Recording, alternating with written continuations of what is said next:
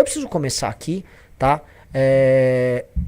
Falando de um vídeo de um dos maiores idiotas da nação, que não se dá palco pra um bobo desses, mas eu vou dar. Porque esse é um dos maiores bobos que existem, tá? Preciso responder Caio Coppola, tá? Um homem que foi vilipendiado por Kim Kataguiri. Ele participou de um debate com o Kim em que ele tinha que fazer defesa do governo Bolsonaro. Ele apanhou tanto que ele desapareceu por 2 anos. Ele foi fazer, sei lá, vender hotel fazenda por aí. Ele ficava vendendo na internet turismo. Ele virou influencer de turismo. E agora ele é um influencer bolsonarista. O Caio Coppola é péssimo, tá? Conheço ele.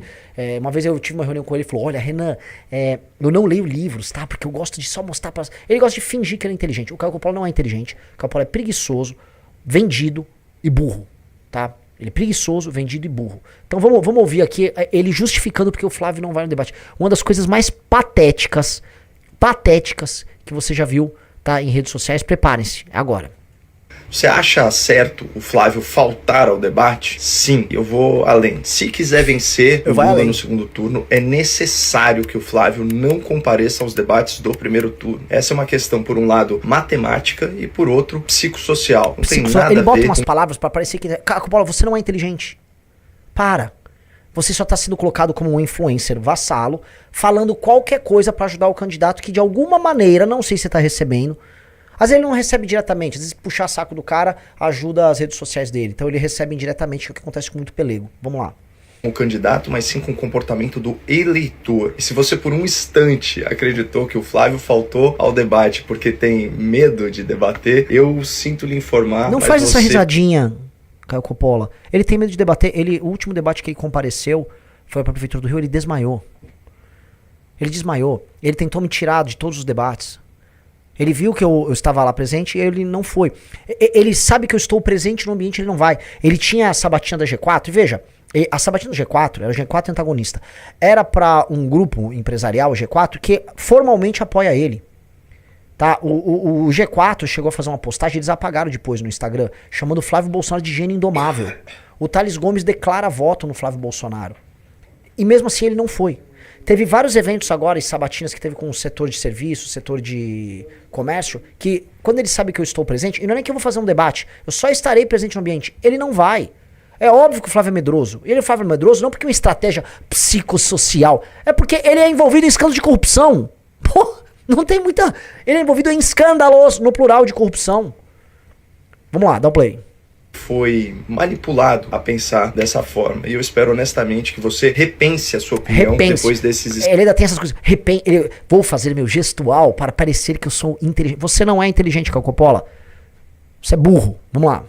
Esclarecimentos que não tem nada a ver com paixão política, mas com ciência, estatística e psicologia. Bom, vamos aos números. Segundo o agregador de pesquisas Polling Data, acabei de conferir aqui, a vantagem do Lula sobre o Flávio no primeiro turno é de 4 pontos. E no segundo turno é de apenas 1 ponto, 1%. 46 Lula, 45... Não é vantagem de 1 ponto. Não é vantagem de 1 ponto. E não é assim que você mede.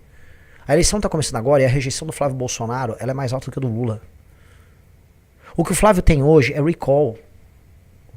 E o que o Flávio precisa agora, na verdade que é o que o Lula precisa agora, é manutenção do status atual e aumento da rejeição do Flávio, na comparação com a rejeição do Lula. Como todo incumbente, quando ele vai para a reeleição, ele diminui a sua rejeição às vésperas da eleição, porque ele faz fartos investimentos, não só em marketing, mas ele usa a estrutura e a máquina pública para fazer compra de votos, e isso diminui lentamente a rejeição. A tendência de diminuição da rejeição do Lula é aumento da rejeição do Flávio.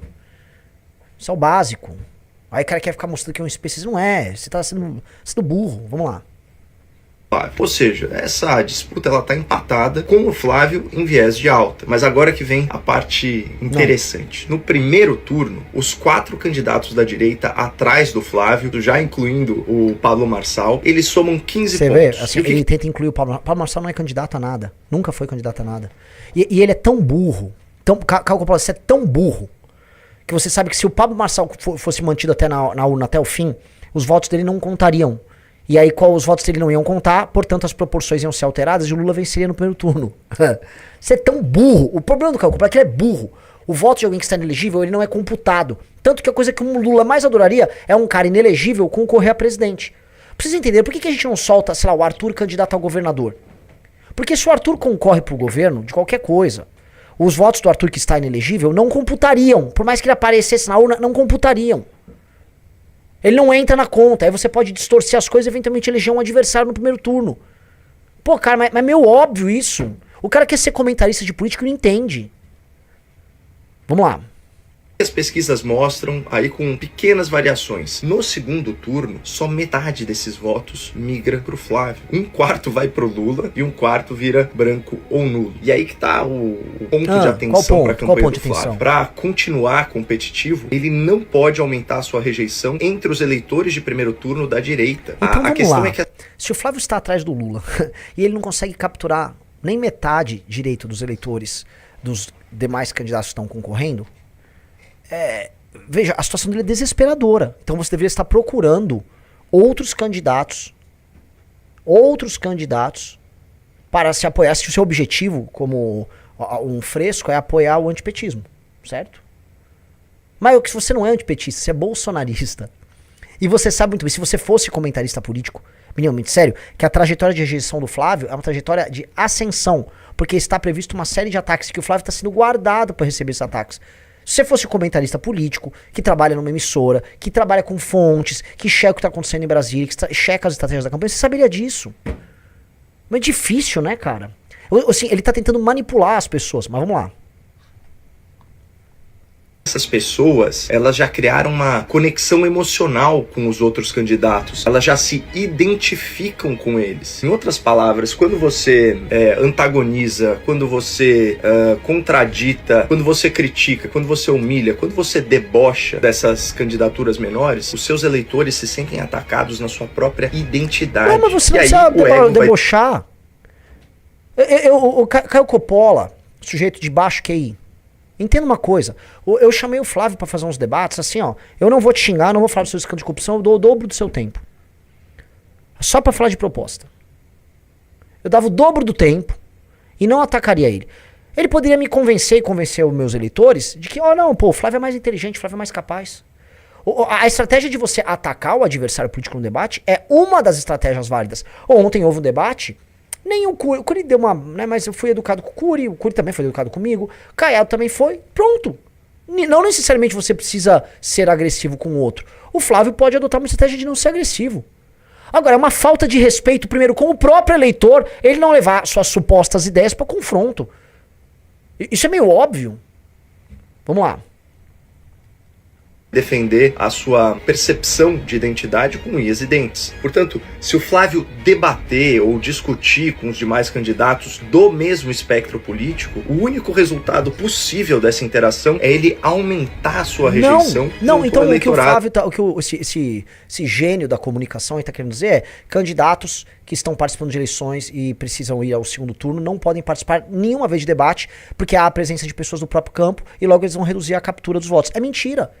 Então não teria, por exemplo, na campanha de 2018, o Bolsonaro estava com uma estratégia de tentar captar o voto de todo mundo, isso antes da facada já, para tentar falar que ia ganhar no primeiro turno, para tentar ganhar uma arrancada. Se você vai nos debates, você pode fazer um esvaziamento de candidaturas, ganhar momento e crescer. Meio óbvio. Se você é bom, você cresce. Se você é capaz de falar, você cresce. Você usa aquele palco para isso.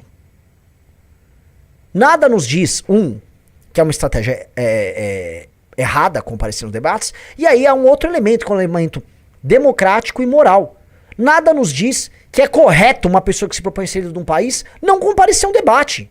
O que esse cara tá defendendo aí é, não compareça, fuja do debate, não fale, porque a melhor... É isso que virou o bolsonarismo. É um bando de covarde picareta. Aí bota esse rapaz, que é um picareta, pra ficar falando essas coisas aí em rede nacional. Olha só que inteligente, psicossocial. Vai plantar batata, brother. Você é péssimo. Olha isso, vamos lá. Que ele vai precisar conquistar no segundo turno. Então é assim que a gente chega à conclusão que esse dente de Mentex ainda. Bem... Olha só, acho que a gente vai precisar com esse texto de ChatGPT aí. Pelo amor de Deus, vamos lá. Informado por fatos e números, do público desinformado por narrativa e propaganda. O Flávio não faltou ao debate porque ele não quer ser atacado. O Flávio faltou ao debate porque ele não pode atacar. O seu único mentira, meus amigos, isso é mentira. O Flávio, como senador, nunca fez nenhum confronto Contra ninguém. Nunca defendeu de maneira apaixonada nenhum tema. O Flávio tá fazendo negócios em Brasília. Quando ele era deputado estadual, ele nunca fez confronto nenhum. O Flávio não gosta de ser atacado e não ataca ninguém porque o Flávio tá lá pra fazer negócio. Não tem nada disso. O Flávio tá lá pra fazer negócio, pra ganhar dinheiro. O Flávio passou a vida dele ganhando dinheiro na política. O primeiro emprego do Flávio Bolsonaro foi ser funcionário fantasma. Logo em seguida ele ganha pra deputado estadual com o apoio do pai. Lá ele faz rachadinha no gabinete. É isso que o Flávio fez.